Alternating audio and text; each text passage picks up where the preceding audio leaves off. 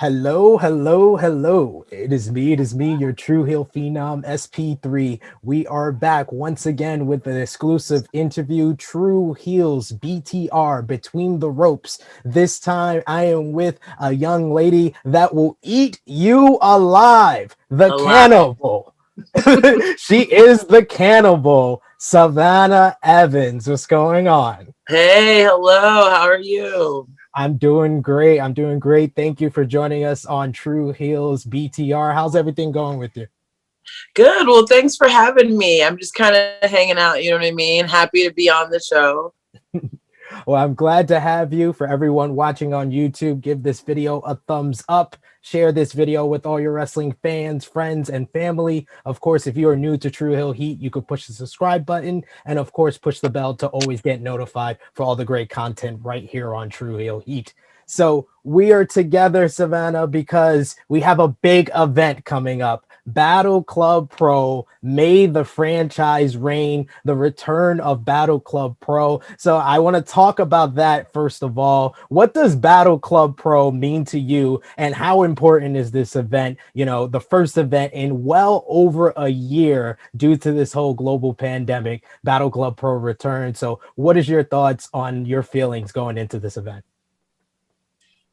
So, literally, Battle Club is one of my favorite places to wrestle, and I'm not even making that up. So, to have them coming back now, it's exciting. You know what I mean? Like everyone kind of had to, not have to, but I did, especially took some time off, with the pandemic and everything going on.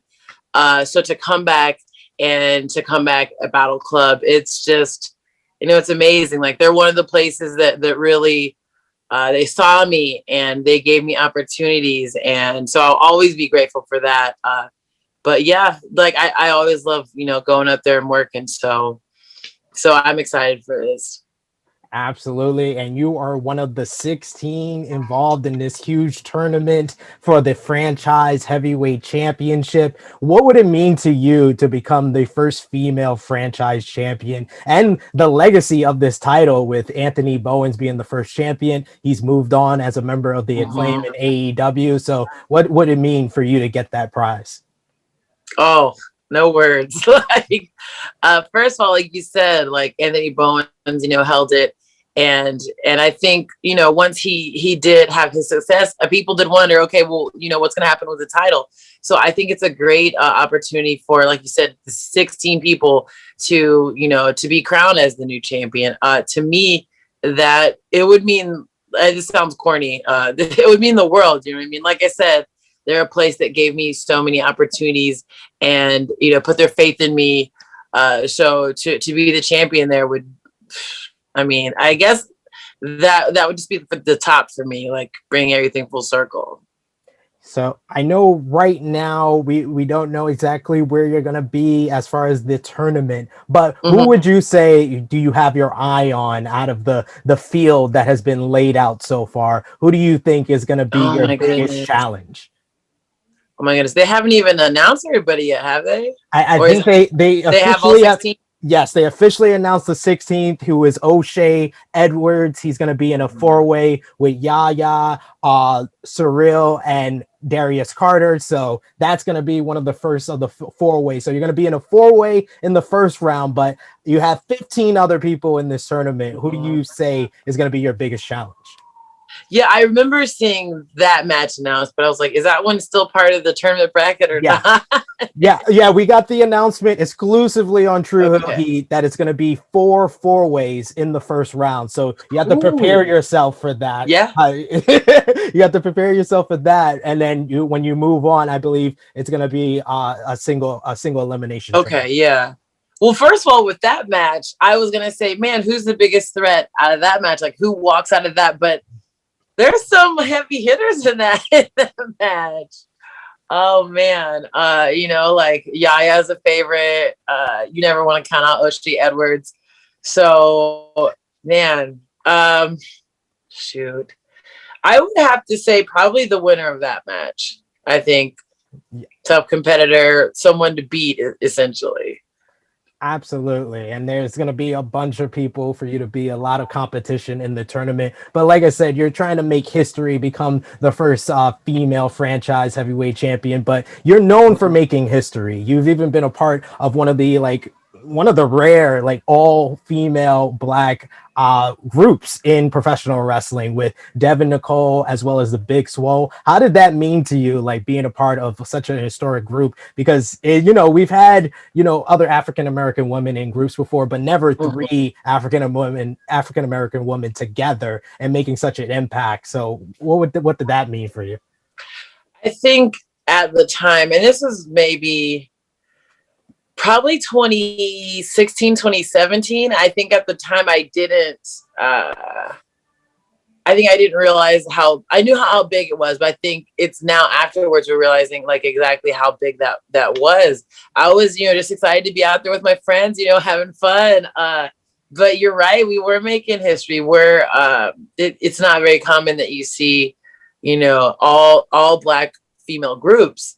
We approached it a little bit, I think we approached it a little bit like Salt and Pepper, like TLC, like, you know what I mean? But like I said, just amazing to be able to be with your friends in a group like that.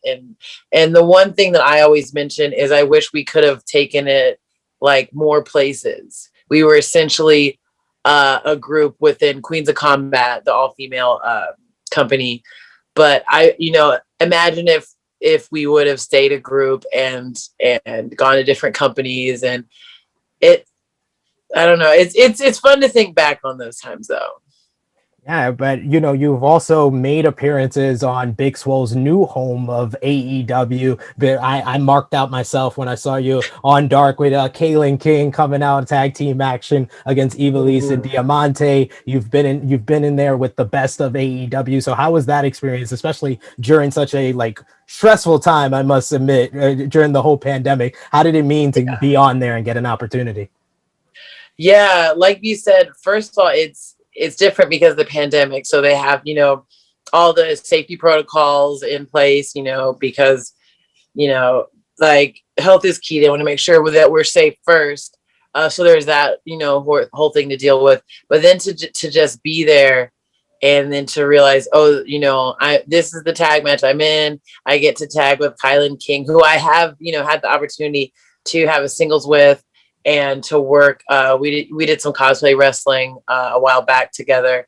And so to be there with her was badass. And then just AEW, obviously, I don't even talk about how, how much they're doing right now. They're launching, they're getting all their stuff off the ground. They're, coming into their own, they're feeling things out. So to be a part of that company as they're kind of, finding their way was really cool too. I was there in October and I got to go back again last month. So, I'm always grateful for any opportunity, but that for me was big. It was huge.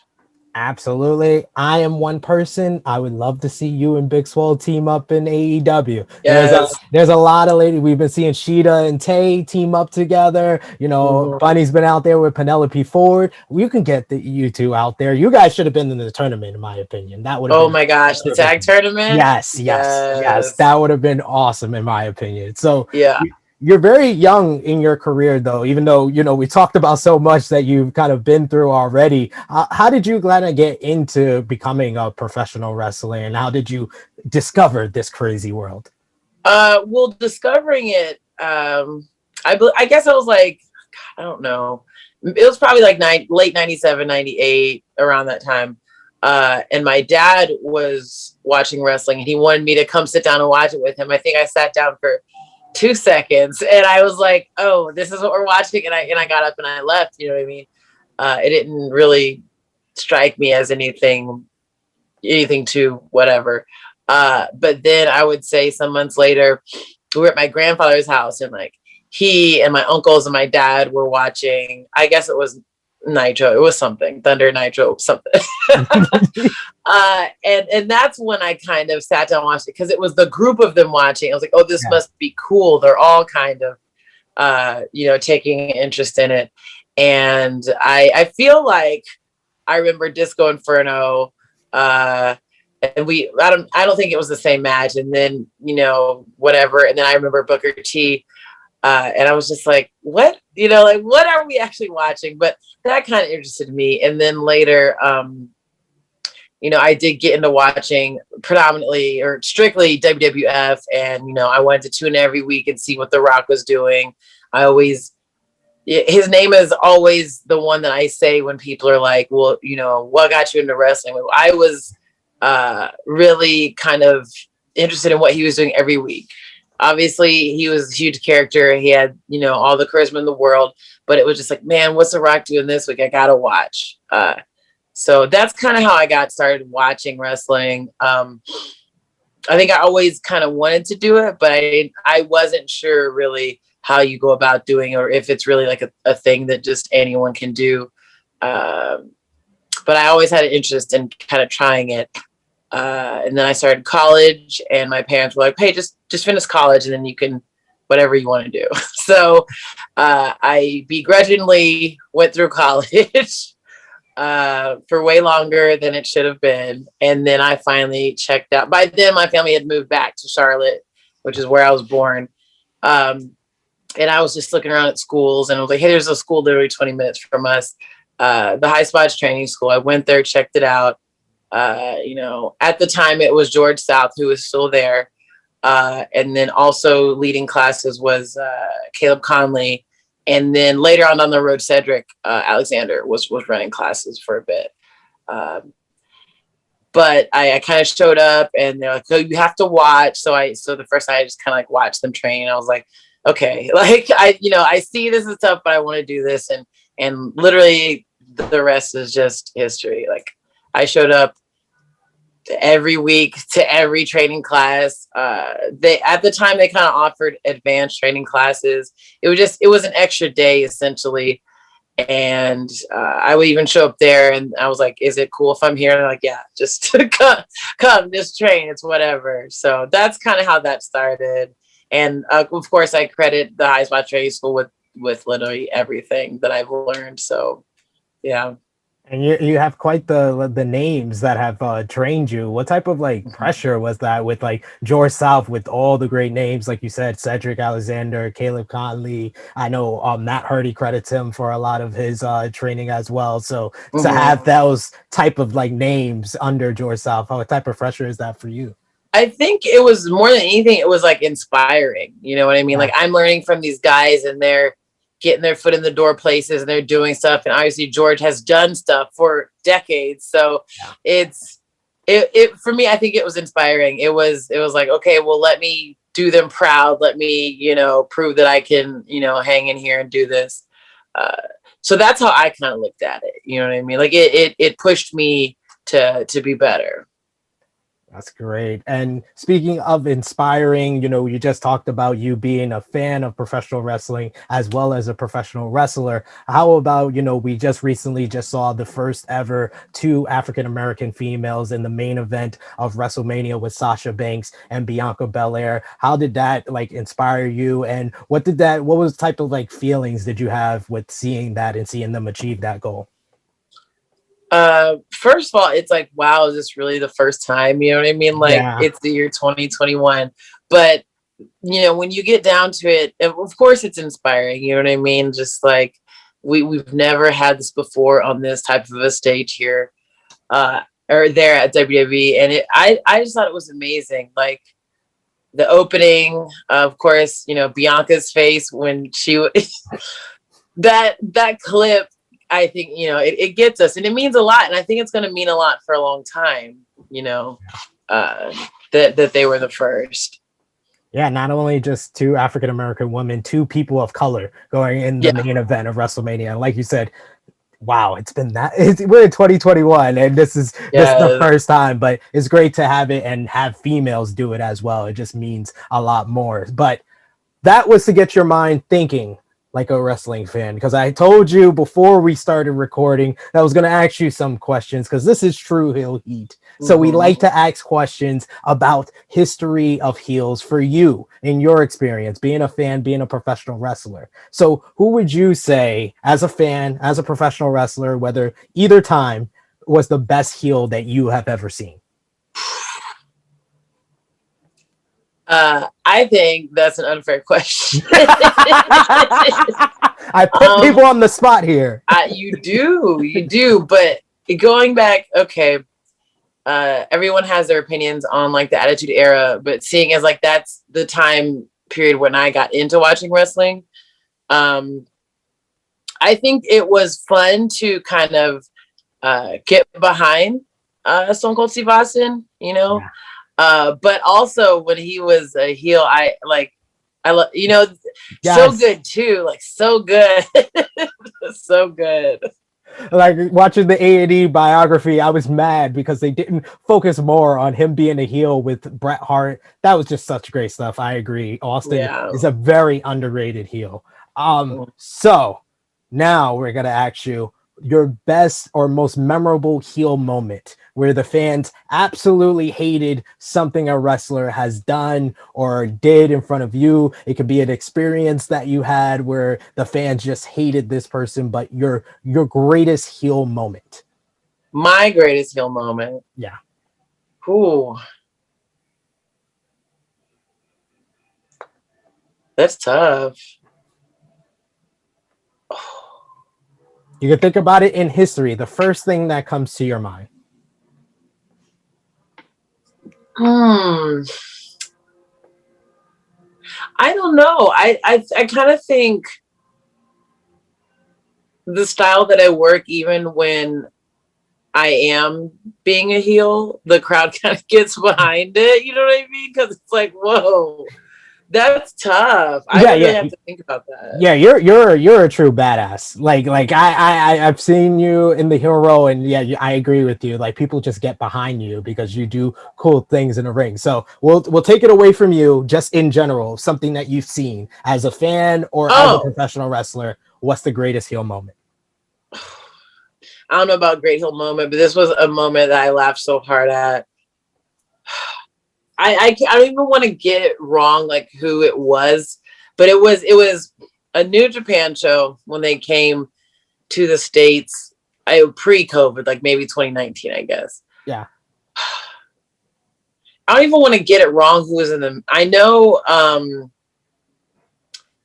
who was in the match? It doesn't matter. Scenario is exactly. Heel wrestler. Is tag match. Heel wrestler in the middle of the ring spits his gum at babyface wrestler on the apron. Babyface wrestler, without even missing a beat, hits, like the gum's coming at him, he hits it and it hits the heel wrestler back in the face. I was like, what? That totally. It was just. I want to say Switchblade because that sounds like something Switchblade would do. No. It was just hilarious because like the heel was being a dick, but it came back and bit him in the butt. So I don't even know if that we would consider that a heel move, but I like he was trying. He was trying. Sometimes being the heel is you have to be the butt of the joke. So I like it. I like that because I haven't heard that type of heel moment before. And then let's end things off where we started. What, in your opinion, has been the best Battle Club Pro moment that you have seen in your time being there? Involving me or just overall? Overall. Shoot. That's tough.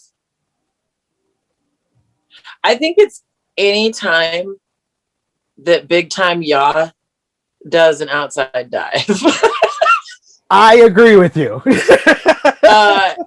He is quite a large individual. Seeing him soar over that top rope and then flip out onto someone on the outside is insane. Anytime it's on when it's one of those outdoor events, it just looks even cooler because he looks like he's flying in the sky. It's awesome. I agree with you. So that is all for our interview here with Savannah Evans. Please tell the people where they can find you on social media, anything you got coming up, and of course, Battle Club Pro, may the franchise reign on May 29th. Well, yeah, first and foremost, they do need to pay attention to all the announcements coming out for Battle Club Pro. Be there if you can. If you can't, figure out a way. No, but my social media is on Twitter. It's Savannah Evans.